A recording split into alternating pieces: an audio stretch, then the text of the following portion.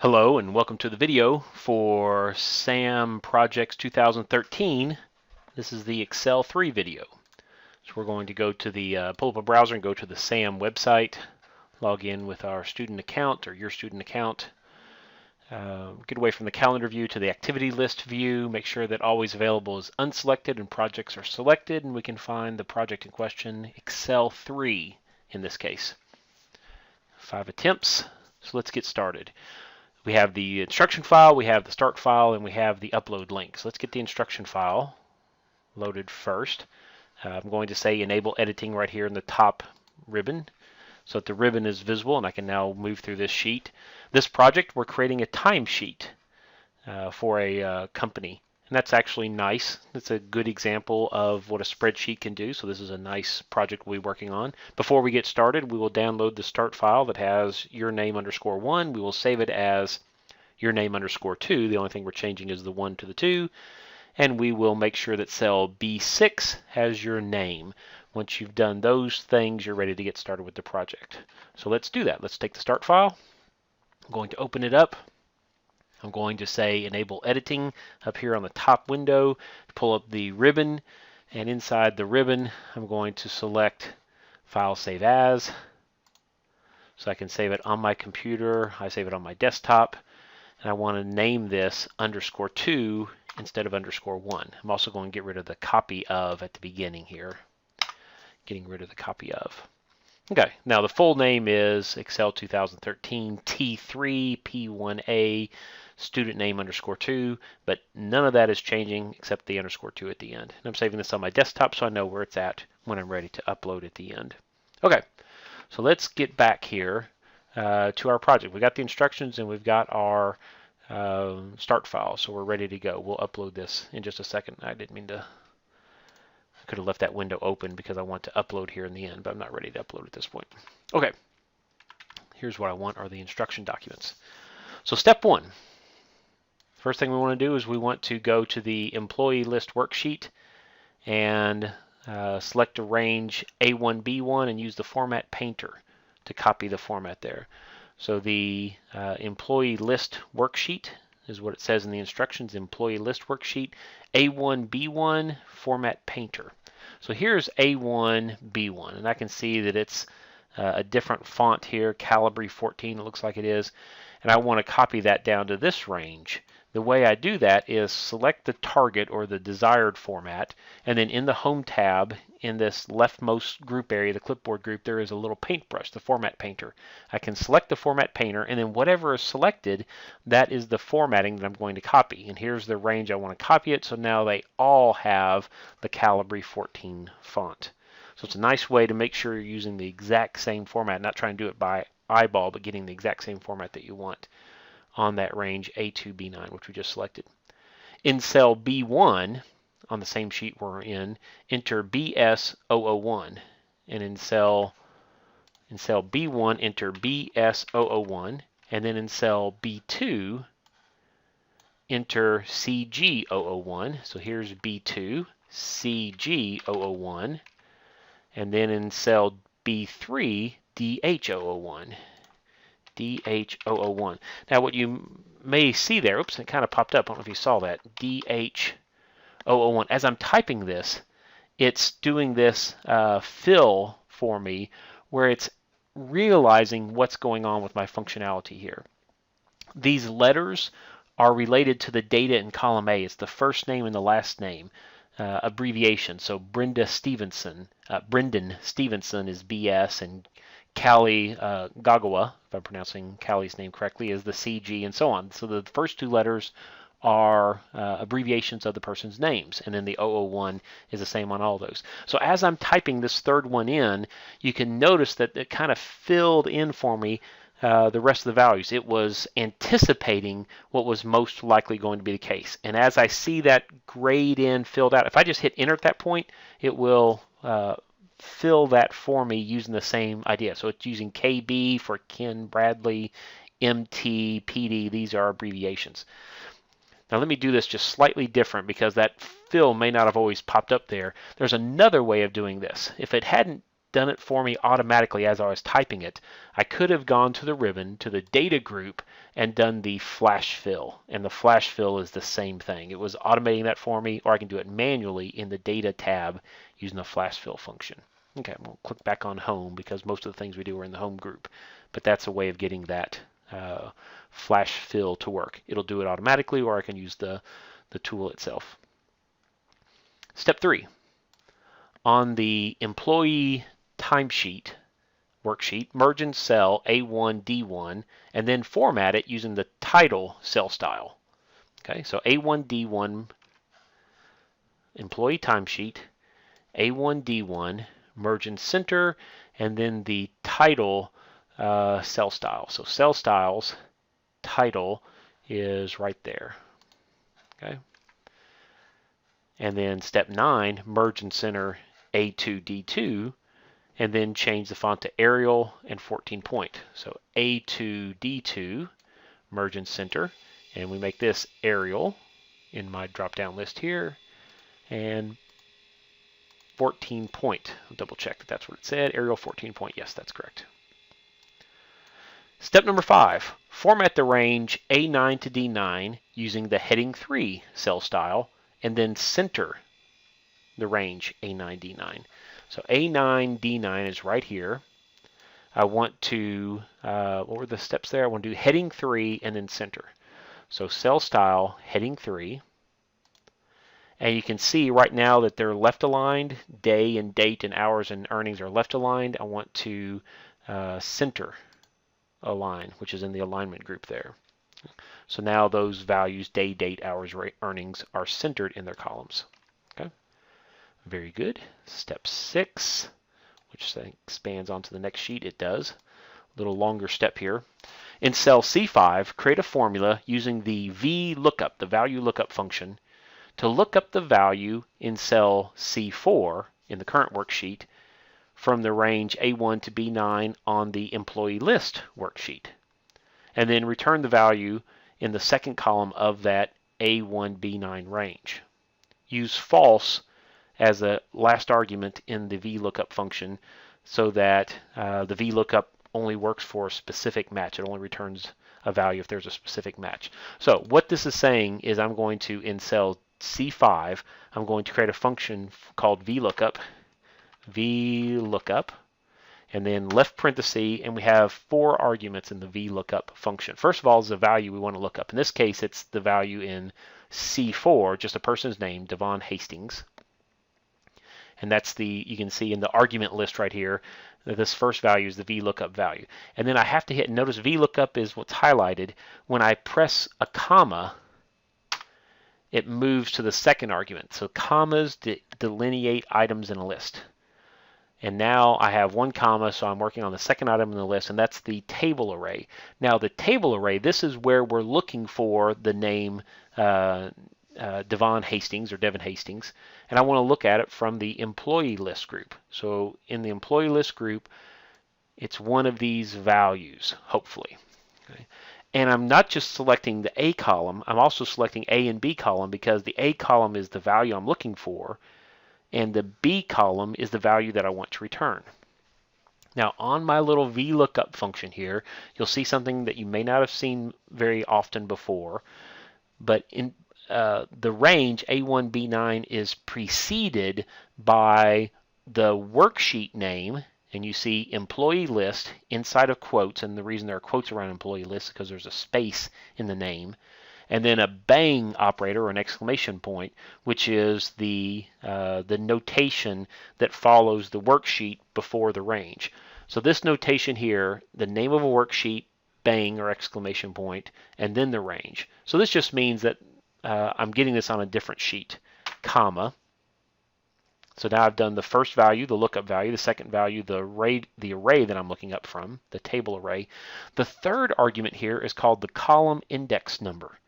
And what this is meaning is in my table array, I want column 2, the second column, to be the value that is returned. So that's my column index number. And then the instruction said to do one more thing there, which is to go to the optional 4th argument and to actually specify false so that I have to have an exact match. One of the things that VLOOKUP can do is you can also use it as a range of values to get things in a ballpark or something. Here, I don't want to return an employee ID number unless I actually have that employee. So I want to be precise here, and I'll use the last argument, false, as my fourth value there. So I can double click that, or I can press enter when it's selected. Either way, and right parenthesis to close the argument list. So what this is doing is it's getting this value that I just entered in cell C5, DH001. Where is that value coming from? It's coming from this sheet, the employee list sheet. It's coming from this range of values in the second column based on the value in the first column. So because it matches this value, I'm returning this DH001. Because that value matches that. And if I were to change this name here to be somebody else on the employee list, I would get their employee number, and it would pull it out automatically. Okay, so that was a long step, but hopefully that makes sense. It's very nice to use this VLOOKUP function to be able to get data from another list or a table, another sheet, and to be able to pull that in conveniently. And that can be if you're getting prices for certain products. If you've got a list of products, you want to know the price for the product, you can use the VLOOKUP function. That way, if you have the name of the product or the ID for the product and it'll give you the price, you can use it in a number of other functions. It's something that you might see again in the future, very possibly, as you keep working with Excel. Step 7. In cell B7, use the today function. Now, the today function is much easier than the function we just looked at. In B7 right here, the today function is just today, and again, because it's a function, you have to have parentheses. I'm going to leave the parentheses off on purpose to show you that it generates an error, but functions begin with an equal sign. Formulas of functions begin with an equal sign, and functions have an argument list, even if it's an empty argument list like we have in this case. So left parenthesis, right parenthesis, with nothing between them, gives us the today function. And it returns the day that this video was recorded. Your date is going to be different. It's going to be the date that you're working on the assignment. So you don't want to hard code this date. You want to use the today function, and it will show you the day that you're recording that you're doing your work right now.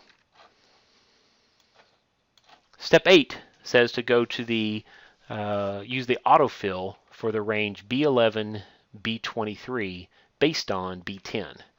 So here's B10. And it's formatted a certain way. And I want to use this for this range coming down here. And I use the autofill, I believe it said. Yes, use the autofill.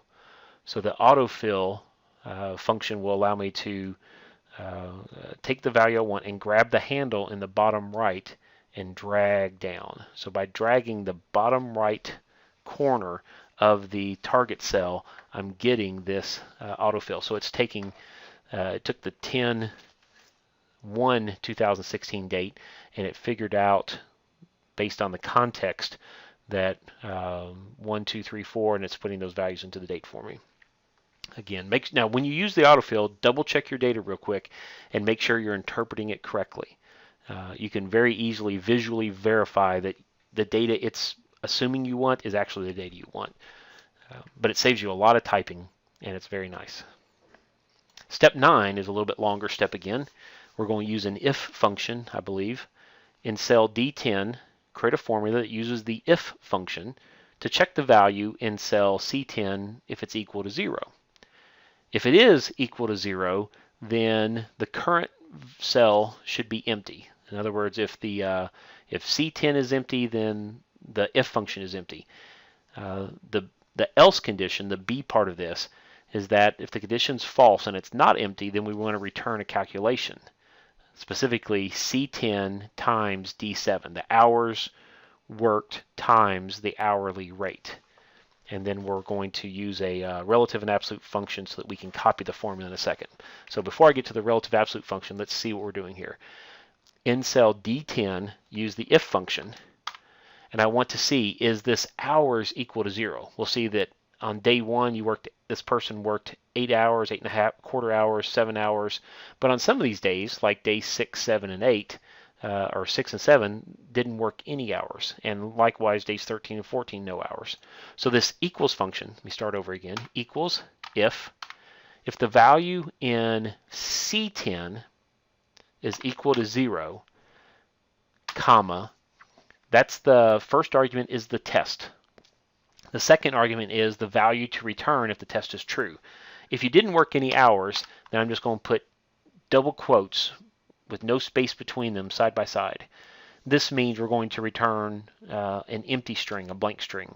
Because if you worked 0 hours, the condition is true, you worked 0 hours, then obviously you didn't get any pay that day, comma. The third argument is the false argument. If hours worked is not 0, then you should get paid for that day. And specifically, the pay is hours times rate. And rate is here in D7. So looking up in the bar, I can see this formula a little easier here. If hours worked is 0, then no pay. Otherwise, it's hours times rate. And I can press enter there, and I can see that 8 hours worked at $16 an hour made $136 and some change for that particular day's pay. Now I want to copy this formula, go back to our instructions here, use a relative reference for the hours in C10 and an absolute reference for the rate in D7 so that the formula can be copied. I know what I'm about to do is copy this formula all the way down. But as I look at the formula, this value in D7 is a fixed value. So I'm going to edit my formula here and put $signs in front of the column and the row to make this a fixed reference. Now, because I have a fixed reference there, I can copy this value. So again, select the cell, put the cursor in the bottom right-hand corner, and just drag it down. And it's copying that formula. And as I look at any one of these, just pick one at random, I'll see that it's using the hours immediately to the left of the if function, but it's using the hourly rate in the fixed cell D7. So it's not copying with us. And you'll see in these situations where there were 0 hours worked, our if function did not return any value there because that's what that first condition is. If hours equals 0, like it does in these two cells, then we return an empty string. Same with these two cells. But if it's not 0, then we return a value. Okay, so we did step 9 and step 10. Step 10 is where we copy the if function in D10 down, and it works if we have the absolute reference in there. Step 11 says in cell C24, create a formula that uses the sum function to total cells C10 to C23. In cell C24, okay, there it is, use the sum function, C10, C23. So equals sum, left parenthesis, and I can type in or manually hover over, click over C10, C23. And I can hit the right parenthesis and enter, or I can just press enter and it will close the formula out for me. That's something that actually in the old version of Office 2010, you had to manually close that parenthesis on the function. Now in 2013, it's smart enough to close that function for you. So that's actually a nice thing. In cell D24, go over one column, enter a formula that does the sum of D10, D23. So we're going to do another sum function here. In D24, we're going to say equals sum D10, D23 release, and right parenthesis enter, or I could have just pressed enter without it. Format C10, C24 with the number format showing 2 decimal places. C10, C24, number format. So in the home tab, numbers group, in the little drop-down box at the top, there is a number option, second option there. And I want to make sure it has 2 decimals. It does. I could add or remove decimals here, but I don't need to. It's already showing 2 decimal places. Format D7 with the currency number format showing 2 decimal places, and then format D10, D24 with that same format. So D7 and D10, D24 are currency number format, 2 decimal places. D7 is right here. I want this to be currency format. So again, I'll use in the home group, in the numbers tab, I'll come down to the third option, which is the currency option, and I'll confirm that it has 2 decimal places, and it does.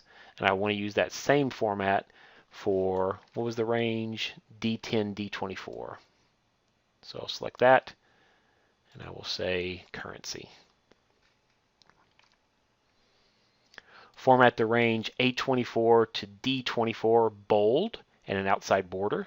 So A24 is right here, D24 is right here, bold, and then a border is here in the same font group in the drop-down list in the middle, and outside borders is an option there. And then our last four steps here are C26, C27, C28, and C29. C26, create a formula that uses the max function for the C10, C23 range. So C26 equals the max function of the range C10 to C23. So we're taking the hours worked for this employee and we're finding what was the most hours worked.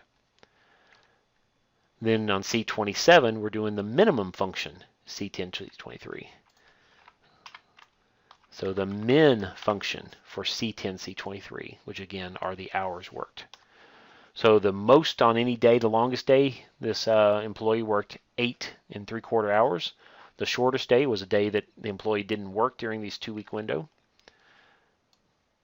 Step 18 for C28 is the average function. What was the average that we did? So equals average, the range, C10, C23.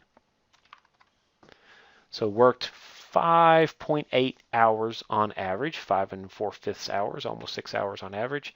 And then finally in cell C29, create a formula that multiplies the value in C28, the average, times 7 days per week. So the average hours per day, 5.8, times 7. So I'm going to say equals this cell value times 7 days per week. And it turns out this employee averaged 40 hours a week in our little sheet here.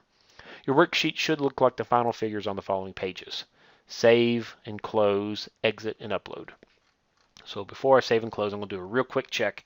I'm going to make sure that my employee timesheet looks kind of like this, and I see that it does. So it looks kind of the same there. So those look pretty good.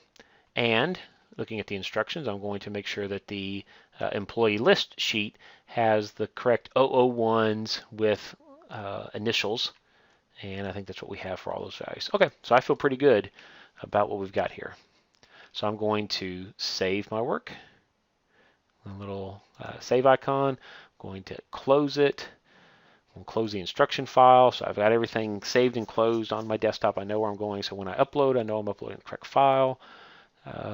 This one is, make sure I get the right name here, the NP-T3. So the NP Excel T3 project is the one that I want to upload. If I type in the wrong one, it won't let me upload it. So I don't have to worry about that. I know I have to do it. 3 green check marks is always very good. Let's see how our results were. Let's go to our report here, our Excel 3 file. Let's download our report and see how we did. And as we look at this, again, we get a score 100 out of 100. If you make any mistakes, look at the X's that you missed, make changes based on what you missed, go back and rewatch the step, and submit again. If you have multiple misses, don't use up all 5 of your attempts without seeking out your instructor for help, unless you think you can figure out what's going on. Okay, thank you. Have a very good day.